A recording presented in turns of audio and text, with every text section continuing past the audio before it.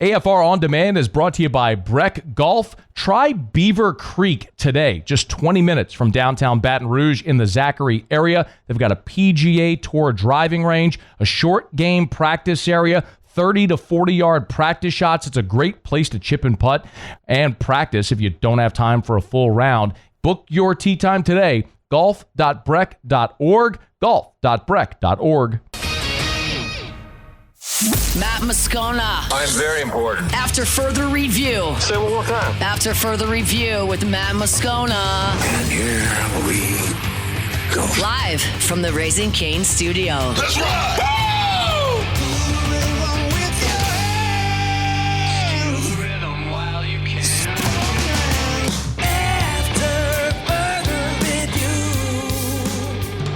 Hour 3. Off we go. Welcome aboard. Glad you're with us. AFR presented by Goodwood Men's Sexual Wellness. I'm Matt. Love you, Matt. Paul O'Neill. They're chanting Paul O'Neill's name. Muser. And Mr. Toby Tomplay.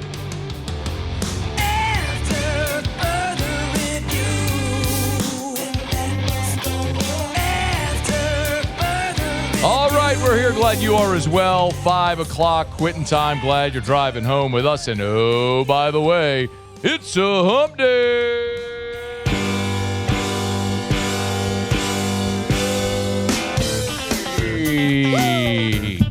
It's hump day. Happy April. Mike. What day is it, Mike? Happy April Fool. Hump day. In that vein, It's hump day. big news. Mike. What day is it, Mike? Parish Construction and Roofing. Hump day. Got a new location. It's hump day. About a month ago, we announced our Austin, Texas location. Mike. What day is it, Mike? Well, with today's events coming here shortly, Hump day. saw this on social media today, just It's now. hump day. Newest location of Parish Construction Roofing, Mike. What day is it, Mike? the moon. Hump day. We're going to the moon. It's hump day. We landed on the moon! Mike. What day is it, Mike? I mean, there's all kind of debris flying in space. Hump day. Going to be roof damage up there. It's hump day. What's worse, the street leading to the Baton Rouge Parish Construction Roofing Office or the craters on the moon leading to that office? Ooh. Mike. What day is it, Mike? Is that a better question for Terrio? Well, I'll tell you, DOTD. Hump day. The fact that Muse asked that question and I don't have a good answer tells you need to go fix Lavo Lane. It's hump day. I mean, there might be a moon-sized crater on Lavo Lane, actually. Mike. What day is it, Mike? Your very large truck or SUV might just disappear, like into a black hole. Day. It's all right, Muse. Don't worry. I know it's your first time ever doing this. It's hump day. You're doing a great job. For your first. Mike. What day is it, Mike? The cadence changes kill me, man. Hump day. Hey, Paulie. It's hump day. Yeah. I'm so glad you're back. Mike. What day is it, Mike? I'm glad I could even things out from over here. Hump day. I don't know how that has anything to do with anything. What? It's hump day. What? Paul being back, I mean, Mike. What day is it, Mike? You wouldn't. Hump day. All right, let's get going here. Alex Milazzo in 10 minutes. Talk some baseball with former Tiger catcher. So Trinidad Chambliss was doing some media availability as Ole Miss is in spring. And he got asked a question about the difference with Lane Kiffin and Pete Golding. It's low-hanging fruit, and what do you expect Ole Miss media to ask? I don't necessarily even fault them for asking the question. It's pretty compelling or obvious storyline. If you're covering that program, there's a new coach, so what's the differences? As I think of it, though, I don't know that any LSU players have been asked, hey, what's the difference between Brian Kelly and Lane Kiffin? Maybe that'll come up. There is media availability on Thursday, so maybe someone will ask that. But Trinidad Chambliss, his answer has gotten an awful lot of attention. I'll play Chambliss's answer for you. It's 23 seconds. I'll play his answer for you, and then we'll come back on the other side of it, and I'll give you some reaction. I would say, just, the personalities are a little different than, our old coach and, Coach Golding. I'd say he's more of like a team guy. And, we really value, his leadership, whatever he says. He's kind of show you fast as I could tell, or he's show you fast as I could tell you. He leads by his actions, and, we really appreciate that. First of all, he refers to Lane Kiffin as their old coach. Doesn't say Lane Kiffin or Coach Kiffin by name. Says Pete Golding's more of a team guy and that he leads by his actions.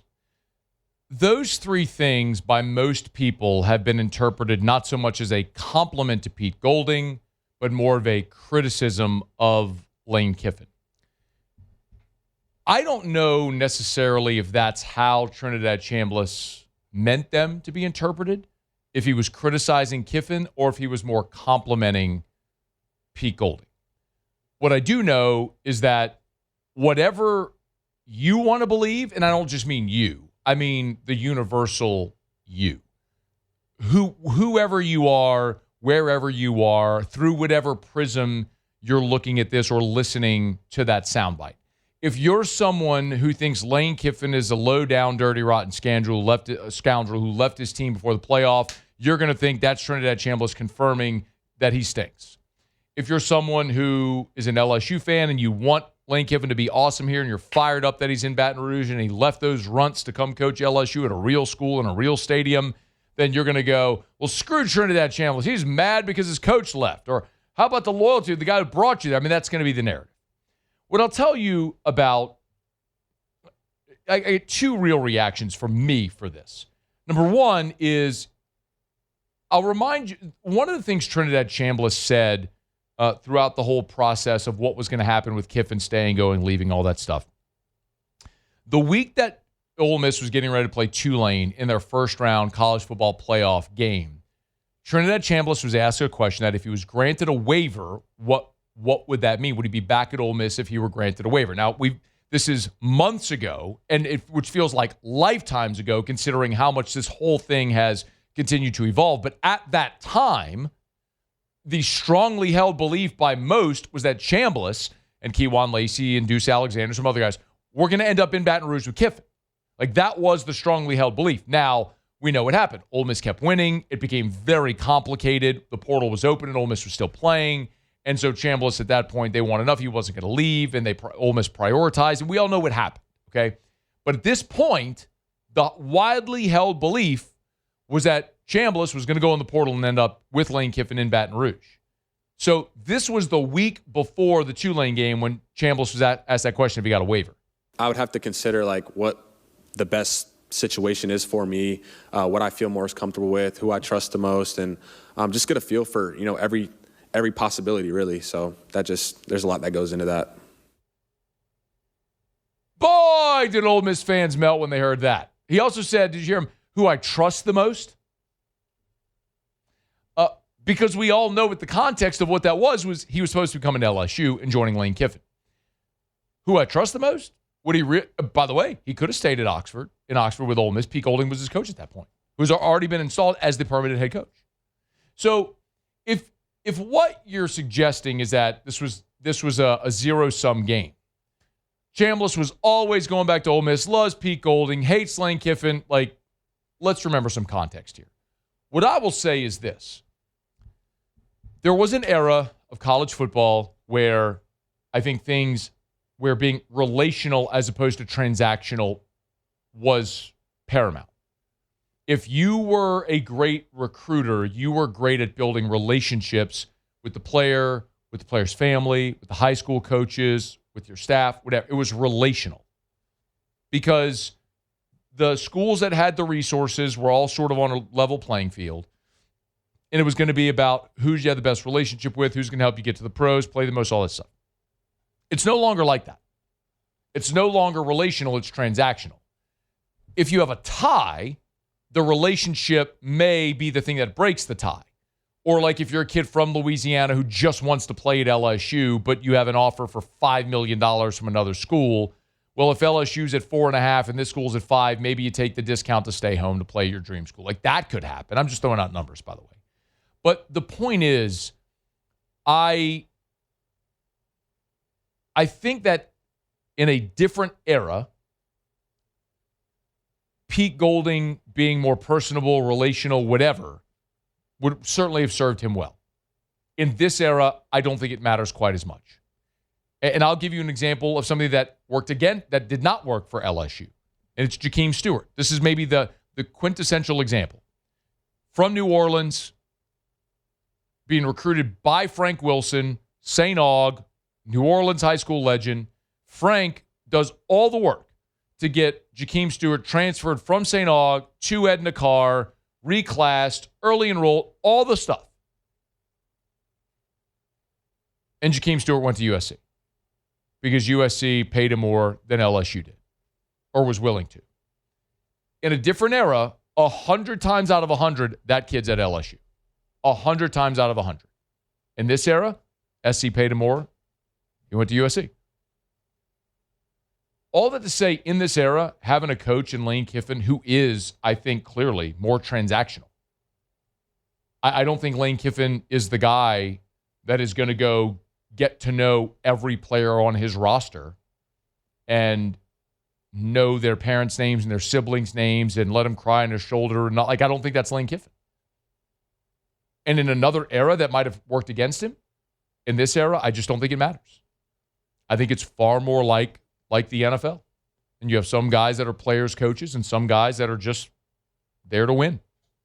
And you can be both. Not everyone is. And if this were 5 to 10 years ago, I might worry more about that. In this era, I don't worry about it as much. So you can make of that comment from Trinidad Chambliss what you want. Because the bottom line is, whatever you thought about Lane Kiffin before Trinidad Chambliss made that comment, you will only use that comment as evidence to support your feeling, whatever that feeling is. My opinion is, I don't really care what Chambliss said. What I care about is seeing LSU win a lot. And I think they have a great coach who's capable of doing it in this era because they'll always have the resources to do it. I think he's a really good offensive coach. And was able to retain a defensive staff and build a great roster. So let's see if they can go do it come September. And that third week of the season when LSU goes to Oxford is going to be amazing theater. All right, it's after further review. Let me knock out a quick break. Come back. Alex Milazzo will be here. We'll talk a little LSU baseball. Stick around. After further review. It's time, y'all. It is time to call River City's 1 Hour Air. Have you called yet to schedule your AC tune-up? If you've not yet called to schedule your preseason AC tune-up, it's time. I'm going to give you the phone number in just a second, so get out your phone, get out a pen, write it down, type it into your computer, whatever. I'm going to give you the number to River City's 1 Hour Air in just a second, but I want you to remember this is seasonal maintenance that is standard, that you should do every single year. Before the 100-degree temps come, you should have River City's 1 Hour Air out to your house to do your AC tune-up. Just like in the winter, you should do the heater safety check. Every year around this time, before you get to the summer, you should do the AC tune-up. Before that thing is running around the clock. You want to make sure it's efficient, that it's safe, it'll save you money, it'll last. If there are issues, small issues don't become big, expensive issues, call River City's 1 Hour Air. 752-0001, 752-0001, 752-0001. After further review, presented by Goodwood Men's Sexual Wellness. Visit yourgoodwood.com.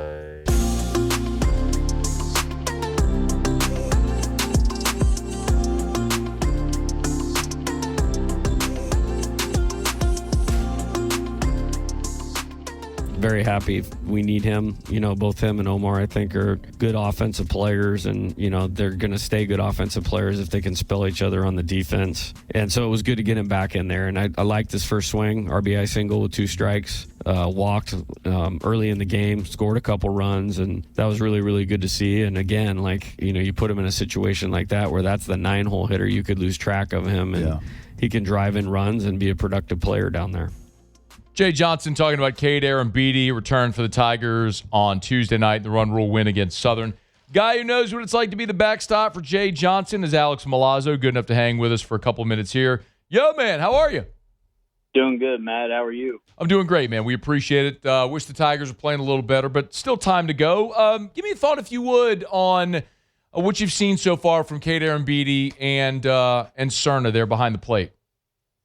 Yeah, I think you got 2, what I would say, younger guys behind the plate, and they're catching a pretty, what I would consider pretty talented pitching staff as far as,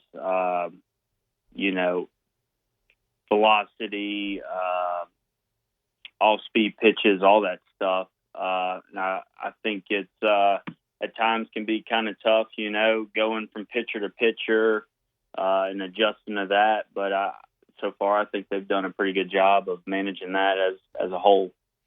There's been this staff's had an issue walking people. There's no other way to say it, Alex. I mean, they're pacing potentially to walk more than any staff in LSU history.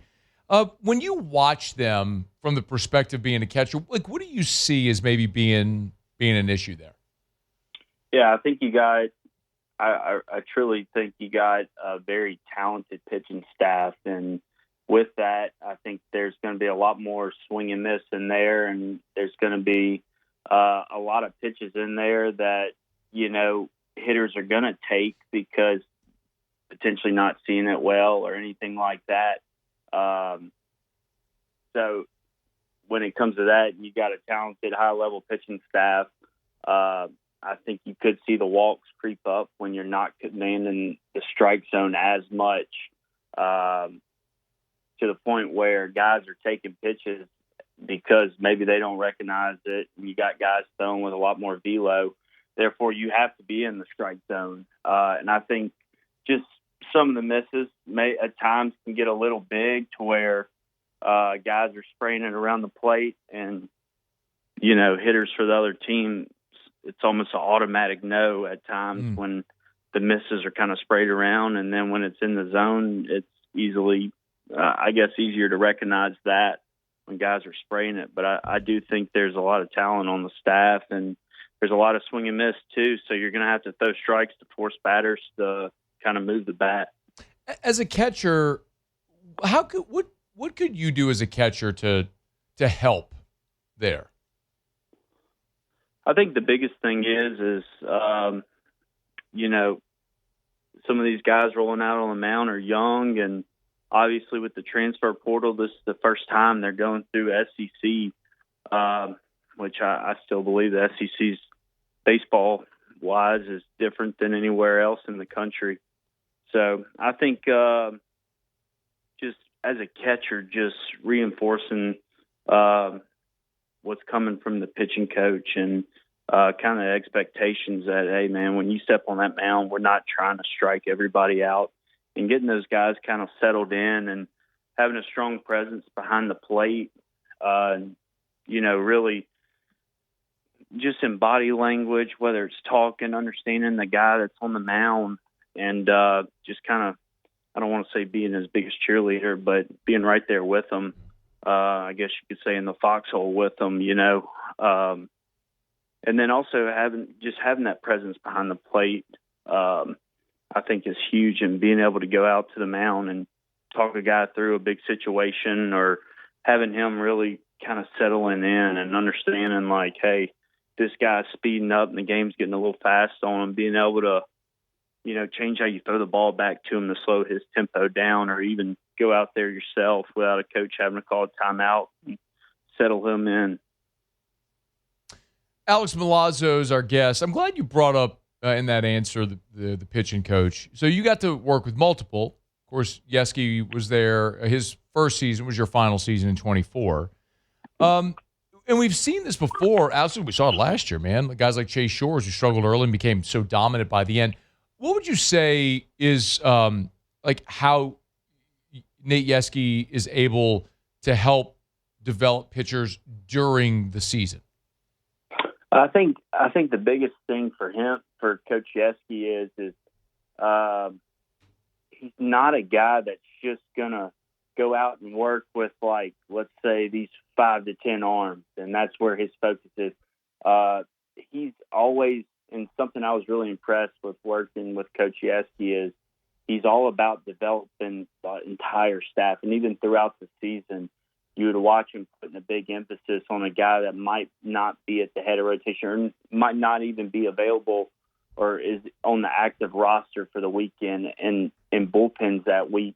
He's putting the same amount of time and effort into those guys and developing them, because at some point in time you could lose an arm due to injury, or, you know, that guy, you plan on that guy staying in your program for the next season. So I think he does a great job of managing the pitching staff as a whole and putting in the time and effort with each guy.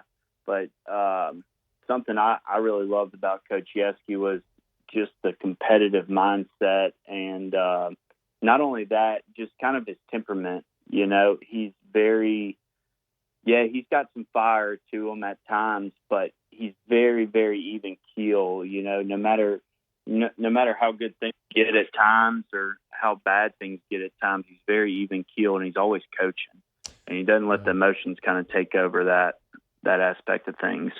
Alex Milazzo is our guest, former Tiger catcher, of course, national champ in 2023. Is there when you watch this team, obviously you're going to watch it through a different lens than we are. Is there a young arm that maybe you've been really impressed by for whatever reason that's caught your eye? I'll be honest with you. I'm kind of bad with names. It's all good. You got a jersey number? But there is a lefty I've been watching and paying close attention to that I think I'm drawing a blank here. Is it 38? Is it Plog? There's Plog. There's one more. It kind of reminds me of Griffin Herring. Drawing a blank here. No, it's all good. It's all good. Comes in a lot of middle relief situations, but he's one definitely. And I mean, obviously, you got Case and Evans, you got Schmidt on the mound, and those guys are ultra talented. And I definitely think the ceiling, there's really no ceiling on those guys. But I definitely look for your starters to, kind of after going through pre-SEC, pre-conference play, and now that they're kind of in conference play, I look for those guys to kind of settle in and start giving you 6 to 7 innings, because I definitely think they're capable of that throughout this SEC play. So Santiago Garcia has been sort of a situational lefty reliever. I'm not sure if that's who you're talking about. Cooper Williams. I think it's Cooper Williams. Yeah, Cooper Williams is the big lefty, the big, tall, long lefty. Yes. Okay. He's been really good in spots this year, man. I know they'd love to see him maybe factor into the rotation at some point, have a left-handed guy in the rotation. Yeah, and I think a big thing too is a lot of people lose sight, not to go back to the previous year, but it feels very similar to, I was part of both teams in 23 and in 24 season, and it feels similar to the 24 season. And I think something to kind of, not to make note of or anything, but, you go through a year where you have like a 23 season, then a 25 season, and you go deep and you win it all. And in order to get there, I mean, a lot of those teams, it's a lot of veteran guys, even if they were first year players coming in through the portal. You got a lot of veteran guys on a team like that eventually move on, whether they graduate or go pro. And obviously it takes talent. So you got a lot of guys going pro as juniors and seniors. And, now you fast forward to the next season and you got a lot of guys doing things that they hadn't done before, or, being called upon to do things that they might not have had to do in the previous year. So I definitely look for this team to settle in and kind of hit their stride. Yeah, I think we've talked about it a ton, Alex. I mean, you in 24, you all were 3-12 at the halfway point of conference play, and you ended up obviously 10-5 in the second half to go 15-15, and you, or I guess, well, it would have been 13 wins, but anyway. But the point is, you all made it to regional. I mean, you were right there on the cusp of winning the Chapel Hill Regional. How did Jay handle that team when you all were struggling in the first half of conference play? I think the biggest thing is I don't think there's a better coach in college baseball than Coach Johnson, and I really don't think there's a better staff as a whole than what you have at LSU and the resources you have. And, everything, I would say Coach Johnson does a great job of giving you just basically giving you the information to the test. I mean, he's going to lay out the answers for you before you take the test, which is playing the game. Part of that is how we practice, which he doesn't even call it practice. He calls it training. But I think that's a big thing. And I think the biggest thing from the top is somebody like Coach, he never hits the panic button. And I think that's huge, having a head coach like that, where you're not hitting the panic button and then panic sets throughout the team. He kind of, he just keeps chipping away. And super positive and stuff like this. But not only that, I mean, you're gonna practice throughout the season, and he's going to continue developing you, and each guy's going to continue developing. That's one of his big things, and I think I don't know of any teams that normally practice how we do during the season, and the emphasis on getting better throughout the season. So I think that's one of the biggest things. I think that's part of the reason why Coach has been so successful late in the year. And I just kind of found playing under him that you're always hitting your stride and you're playing your best towards the end of the season, which is a big emphasis, I know, coming from him. The evidence supports it. Hey, before you go, if a guy from the opposing team hit a homer and bat flipped about 50 feet in the air, what would you do? I mean, if it was our team, I'd be all for it. But No. The opposing team, you're standing there, and dude throws a bat out of the screen from the TV camera.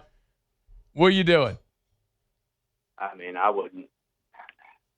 I'm not going to sit there and say I'd start a fight or a brawl or nothing, but I definitely have some words for him. I mean, that's just me, but I loved it. Me too. That was kind of the exclamation point. But at the same time, I mean, look, pitchers are going to celebrate nowadays. Batters are going to celebrate. So you know what? If at the end of the day, if you didn't want a guy bat flipping that high on you, you probably shouldn't have gave up a homer. Hell yeah, bro. Bat flip to the moon. I'm here for it, man. I'm here for all that energy. I love the emotion. I mean, it gets the fans fired up and everything. So I thought I kind of liked the response, playing Kentucky. Coach Mingione, he does a great job. And, I mean, he's all about distractions and stuff. They're going to be chippy. They're going to be talking. So I kind of like the exclamation point and liked how kind of like the fire that this team showed throughout that series. Are they the most annoying team to play? Probably not the most annoying. Who is? Tennessee? It's just because I hate him. I hate Vandy. Okay. I hate the fact that they wear softball uniforms to play baseball. Yeah. I hate the Whistler. Why do you hate Vandy? Part of the reason is that dang Whistler. Bro, right? Has anybody ever told him anything? Like players? I don't know. That's just an aggravating program. There's a bunch of schoolboys. Dude, I love it so much, dude. I'm right there with you, though, man. Like, the Vandy Whistler's atrocious. He ruins everything. I can't believe no Vanderbilt play. Like, Alex, that's going to stop when a Vanderbilt player is mid at bat and turns around and goes, "Shut up!" I can't believe they let that crap go on. I'm with you, dude. I'm not a big fan of that.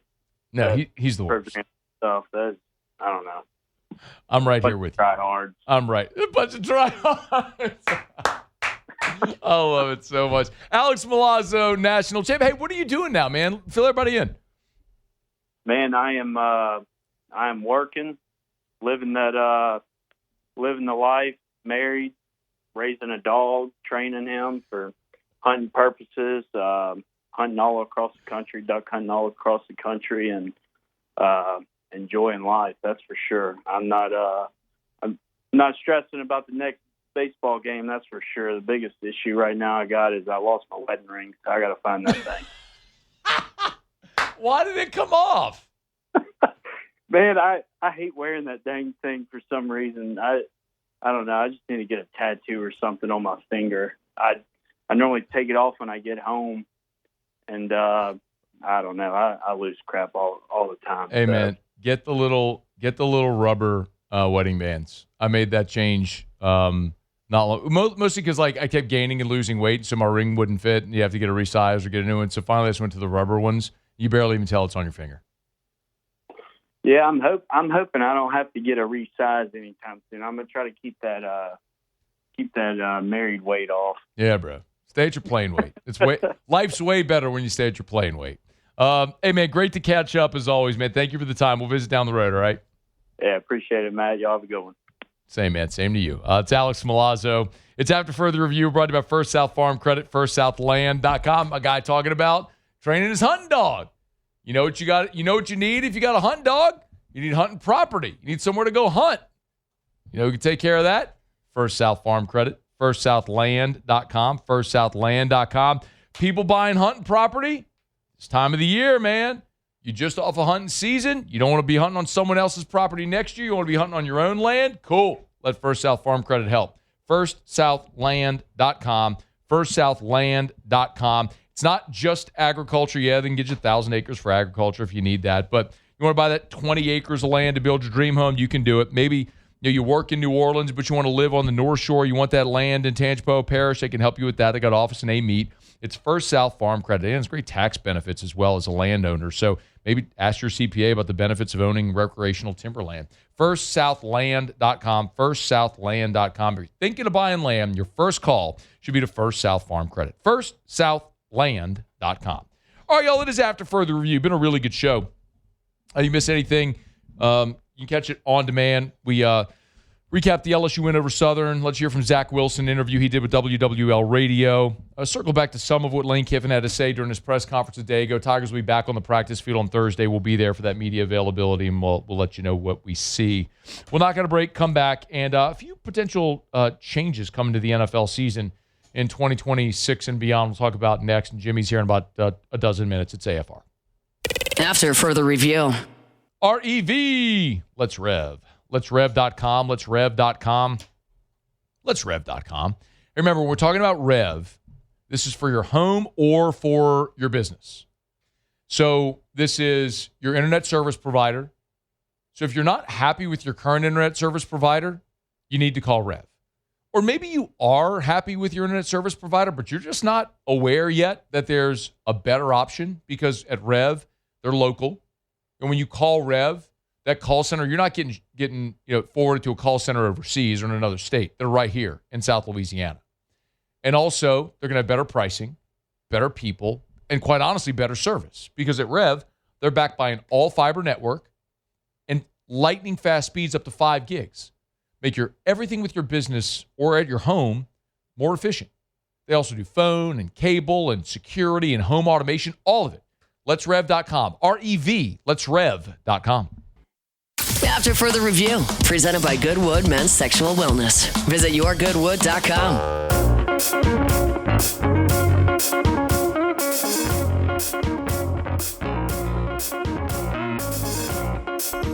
The NFL owners approved a couple of changes to the league's replay review system on Tuesday. One of them is contingent with the NFL using replacement officials this season, if that does in fact come to pass. The other will take effect if there's an official's work stoppage or not. The They broke off collective bargaining talks in the last week of May last week as that the expiration of that contract looms. And we saw this a decade ago when the NFL used replacement officials, and it was an absolute disaster. It would expand the authority of staffers in the league's office to assist replacement refs from the command center in New York City. That's if they end up using replacement officials. So things like uncalled penalties or other sort of administrative things. So that would be a tremendous help if they're able to help. Also, the staff members would be allowed to alert replacement refs if a flag should not have been thrown, and there's video evidence that the call should not have been made. So I love all of that stuff. If it were to play out that way, I wish they would use that anyway. It shouldn't matter if there's replacement refs or not. Get the call right. I'm always about that. So, yes, please get the call right. The other changes, they've sort of eliminated a team's incentive to kick the ball out of bounds on kickoffs from the 50-yard line. The teams are now allowed to declare an onside kick at any point in the game. That arose because teams wanted to be able to use an onside kick if a penalty was enforced that led them to kick off from the 50. So instead of just at the end of the game. So a few of those things are changes that are coming to the NFL. But really the thing that's paramount is if there are, in fact, replacement officials. So if that happens, we'll revisit all of this. All right, it's after further review. We're glad to have you aboard with us. The other thing I kind of wanted to circle back to as well before we get to Jimmy, and Otter Locks, our post up at LouisianaSports.net. You might remember earlier in the offseason, Dabo Sweeney went full-on, set ablaze to everything, reading the receipts from Pete Golding and Austin Thomas, all the tampering allegations. Well, Pete Golding had media availability on Tuesday at spring practice for Ole Miss, and he was asked about Dabo's tampering allegations. So this is the first on-the-record comments Golding has made since then. Yeah, I mean, obviously, I think there's two sides to every story, right? So I'm not going to sit up here and use the podium as a grandstand and all that, right? I mean, that's why there is enforcement. That's why we have a compliance office, right? They do all that. So, the bottom line, the recruitment of Luke, he came on an official visit, right, prior to the Fiesta Bowl. And I told him, hey, I want you to be our green dot mic, but right now we got a green dot mic, right? And that spot's not going to be available until we don't have, until we have one available. And so I want you. He wants to be here. I said, but right now there ain't a spot available. So if that spot becomes available, it's yours, right? So it's a kid that wanted to be here, that we wanted to be here, that at the end of it came open, and he's here, and we're happy to have him. Obviously, that was TJ Daugherty, who left Ole Miss and came to LSU. Not addressing the allegations and saying there's two sides to every story it's a bit insulting to you and me, who saw text messages between the coach, the GM, and the player that are time-stamped and dated, which is very clear. It's very clearly tampering. Whether or not the NCAA chooses to investigate, to enforce, remains to be seen. And I'm not gonna sit here in some ivory tower and throw stones at Ole Miss. I'm gonna tell you the same thing I said today as when it was happening. But by the grace of God, there go I. Because if somebody wanted to go dig and find receipts on your coach, and I don't care who your coach is. Maybe you're an LSU fan. Maybe you're a Florida fan. Maybe you're an Oklahoma fan. Maybe you're a Missouri fan. I don't care. Everybody's doing it. And so just like LSU fans had to live with the Will Wade situation back 7 years ago, same thing could be true now for any school in any sport. Tampering happens. It happens everywhere with everyone and everything always. So be careful throwing stones in the glass house, I guess, is the thing. But also, Pete Golding, don't tinkle on my head and tell me it's raining. All right, it's after further review. We're glad you're hanging out with us here. We're going to knock out our final break of the show. We'll come back, and we'll wrap up with Otter Locks, find out what we're betting on tonight. Stick around here. It's AFR. AFR. Get Gordon and get it done. Gordon McKernan, injury attorneys. Hey, I want you to go to gordonsgrads.com. Gordonsgrads.com. Gordonsgrads.com. Because Gordon has now launched yet again the laptop giveaway. So every year around graduation time, Gordon gives away MacBooks, laptops to graduating high school seniors who are going to a Louisiana college or trade school as an opportunity to kind of get a leg up as you start the next phase of your education. So if you want to enter for the opportunity to win one of these MacBooks or laptops as you begin the next chapter of your education, you can go to gordonsgrads.com.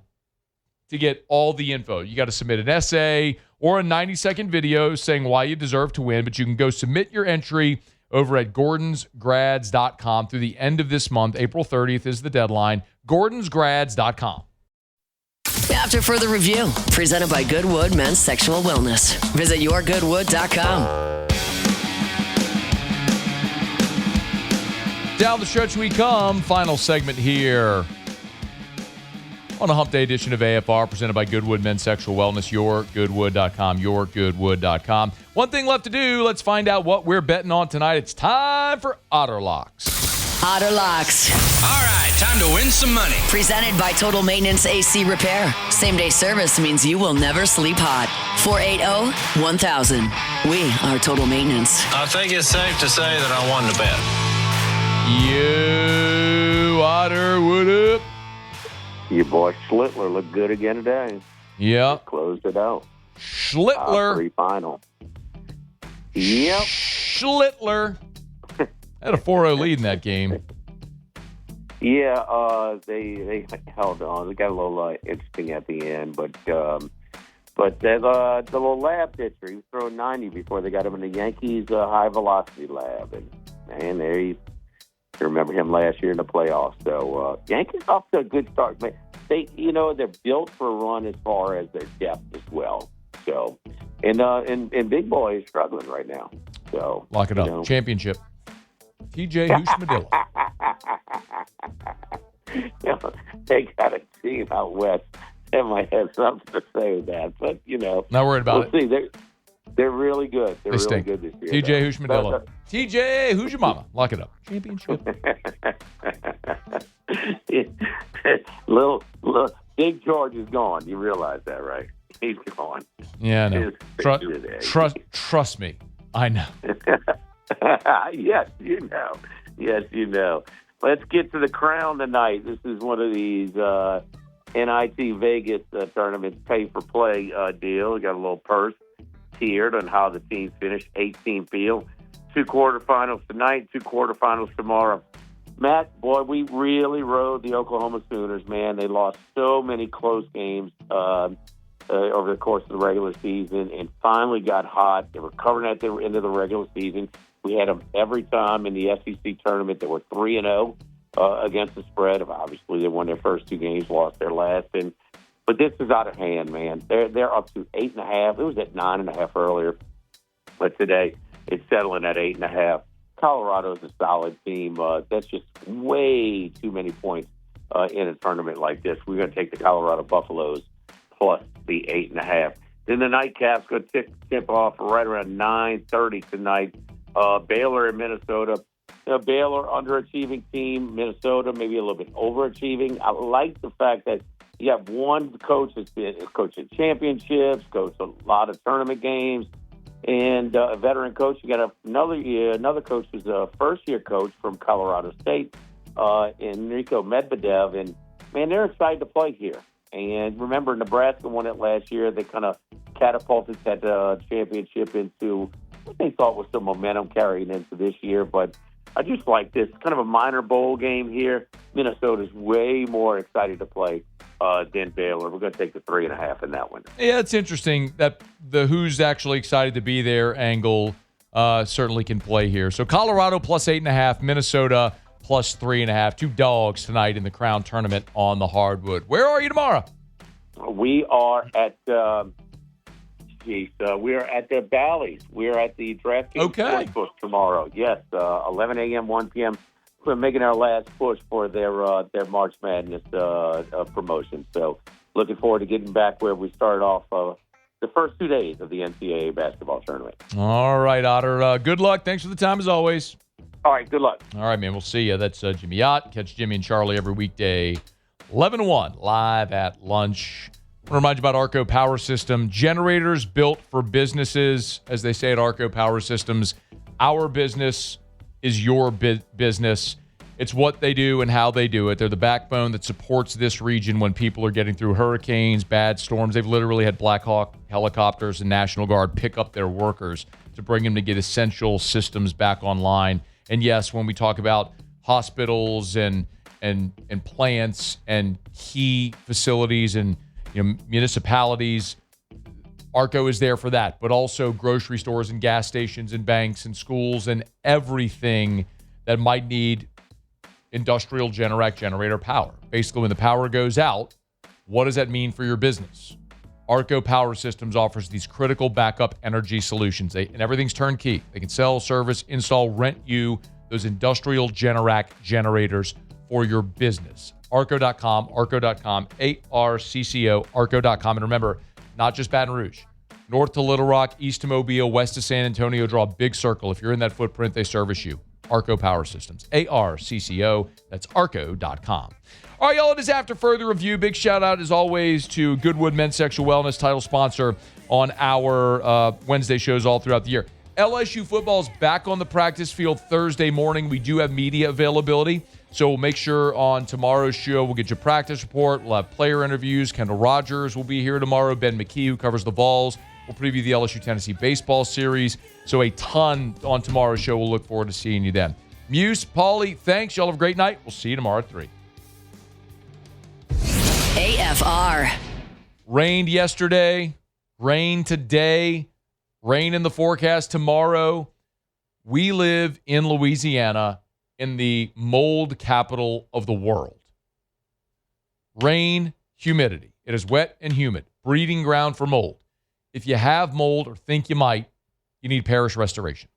ParishRestoration.com, ParishRestoration.com, ParishRestoration.com. That's the website. Jim Woodworth and his team do an awesome job. This is so easy. They come by and they spray their patented non-toxic dry fog. If it's mold, if it's odor, if you need to sanitize, maybe you got, viruses going around, sicknesses going around, work, your office, church, school, workout facility, any public place, or your home.